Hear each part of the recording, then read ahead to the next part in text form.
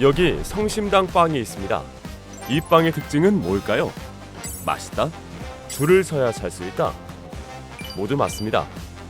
그런데 이 빵에는 숨겨진 비밀이 하나 있죠. 그건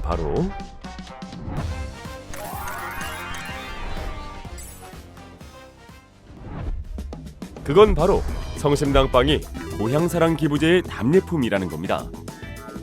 고향사랑 기부제는 고향에 대한 건전한 기부 문화 조성, 지역 경제 활성화와 이를 통한 국가 균형 발전을 목적으로 2023년 도입된 제도입니다. 현재 사는 곳이 아닌 고향이나 응원하고 싶은 지자체에 기부하면 최대 10만 원까지 소득세에서 모두 세액 공제를 해주죠. 기부액의 최대 30% 가격에 달하는 답례품을 기부한 지자체로부터 받을 수도 있습니다. 10만 원을 기부하면 사실상 최대 13만 원을 돌려받을 수 있는 셈이죠. 성심당 빵은 대전시에 기부하면 받을 수 있는 답례품입니다. 고향사랑 기부제는 2008년 일본에서 시작된 고향 납세 제도를 참고해 만들어졌습니다. 2023년 기준 일본의 고향 납세 기부금 수입은 총 1조 1175억 엔. 같은 해 우리나라의 고향사랑 기부 총액인 650억 2천만 원의 약 161배에 달하죠. 중요한 건 이 어마어마한 숫자 뒤에 가려진 문제들입니다. 일본 고향 납세 제도는 도입 초기에는 기부 금액이 많지 않았으나 2014년 이후 매년 빠른 속도로 증가하고 있습니다.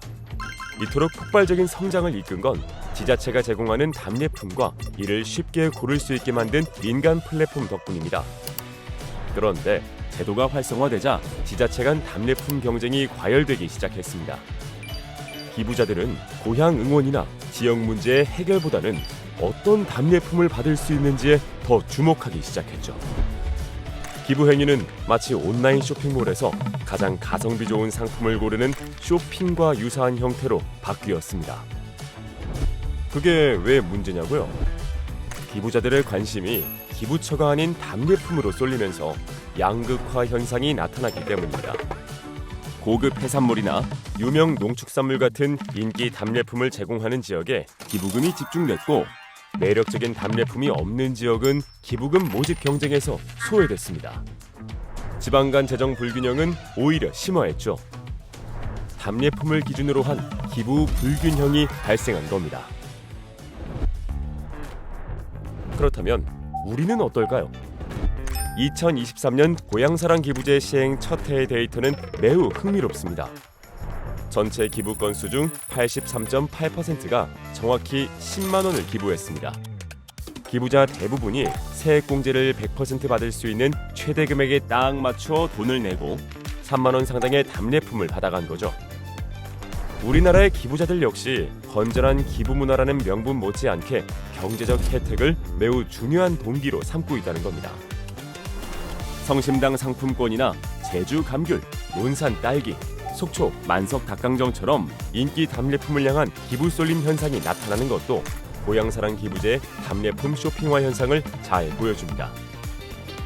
행정안전부가 발표한 지난해 고향사랑 기부제 답례품 판매액 1위는 성심당 상품권, 2위는 제주 감귤로 모금액 증가율이 높았던 도시와 정확히 일치하죠. 결국 우리에게 필요한 것은 다시 기부의 정신입니다. 우리나라의 고향사랑 기부제는 일본과 달리 국가 균형 발전을 가장 핵심적인 과제로 삼고 있습니다. 또 일본이 고향 납세제의 세제 혜택을 강조하고 기부의 목적을 명확히 제시하지 않은 반면 우리는 건전한 기부 문화 조성을 교범적 목표로 명시하고 있죠.